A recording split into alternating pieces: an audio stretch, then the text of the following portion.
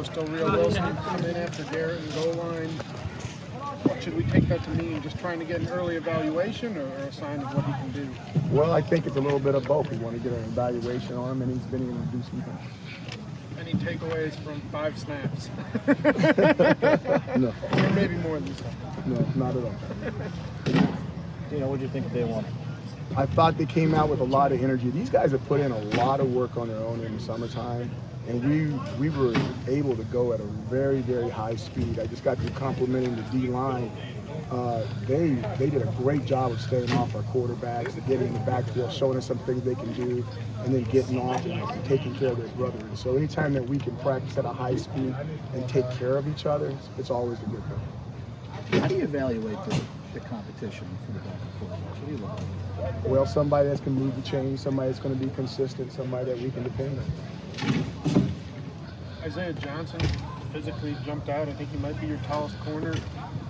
What did you like so much about him in the offseason, and now that he's here, what's kind of the initial impression? Well, the initial impression is we still got some things to see, but he's long.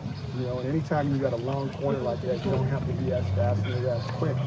Those arms, they matter. That length, those 6 inches matter in football. So his length is what excites us, and we got to see if he can help us on football. Most of the process mental at this point, or is there a physical aspect you kind of? I think a little bit of both, staying healthy and doing those things too, but he's doing a good job of that. Obviously, the key of camp is to stay healthy, but for you as a coaching staff, what do you try and instill in these first couple of days in camp here? I think the biggest thing is there's going to be a work ethic, and these guys are giving us everything that we're asking them to do.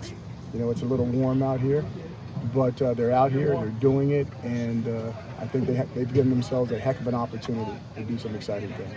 What do you like about Tucker's Heisman chances, seeing him work in camp after coming back from the offseason? Heisman things is if you're in the hunt, if the people are talking about you, it's a glorious thing. It's a heck of an honor. I was at Baylor when RG3 won the Heisman. I mean, he's one of the best players in the country, but he didn't have that Heisman moment until that Heisman moment happened against Oklahoma. And then right when he did it, I said, that's it. That's what he needed. And I think he said something similar to that right after the game. He says, I think I just won the Heisman. And I'm sitting going, yeah, I think you just did win the Heisman. So all those guys got to have one of those moments, and I hope that Tucker has a whole bunch of them to choose from. Just kind of like Lamar had his little moment against some team that I know. One position group we haven't talked a lot about so far this fall is the wide receivers. How do you feel like they're adjusting to the new offensive scheme? I think they're still learning, but I think we've got a lot of guys out there that are really giving good effort. They look good today in practice. We had a lot of things go on, and we had one of our guys go down. I'll say Isaiah Jones went down today. We got to see how he ends up, but as a group, those guys are doing really, really well. Coach Garrett talked about, he's had 4 offensive coordinators, 5 offensive coordinators in the time that he's played college football. How difficult is that for a quarterback and trying to get adjusted to both Coach and I and Coach Pat? Well, I think it is difficult on one hand that he's had so many, but the other thing is he's had to deal with learning new offenses a bunch, so he's no rookie at it. So it could be a huge advantage for him compared to the other quarterbacks. Coach, how did you have to change in this offseason with new coordinator, new quarterbacks coach, new wide receivers coach, all the new faces? How did you have to change your approach? I don't know if I really had to change that much. I have to relax a little bit. I mean, Coach and I is really good at what he does. And like I said, our conversations are very short. Boom, boom, boom. He's answering, he's filling in the blanks, and we move on. So we do not think differently. I don't think that we think that much differently. There's some things that he prefers or I prefer. But I think the transition for me was simply easier, especially when you're dealing with somebody that's a lot older than you. Along those lines, have you had to curtail your offense toward what they have done in the past, or are they coming in trying to, do your system? I think that both systems are good, and I think that's obviously we've got to do what's comfortable to them, but I think there's a blend that's going to happen somewhere that's hopefully difficult to defend. How do you think the O-line's been adjusting to the new coordinators as far as creating lanes and giving their quarterback time to pass? Lanes and quarterbacks time to pass, we haven't even done it. We had no pads out there today. They had no pads on the entire summer. You guys got an opportunity to see the spring game, so that would be the last time that we've really gone live. You could take some evaluations off of that, but a lot of that stuff is going to come down the road in August as we get closer to Louisville in September. How are you looking at your punting competition? I'm assuming with James and Max, are they kind of on even footing coming in, or That was a good one. I got myself.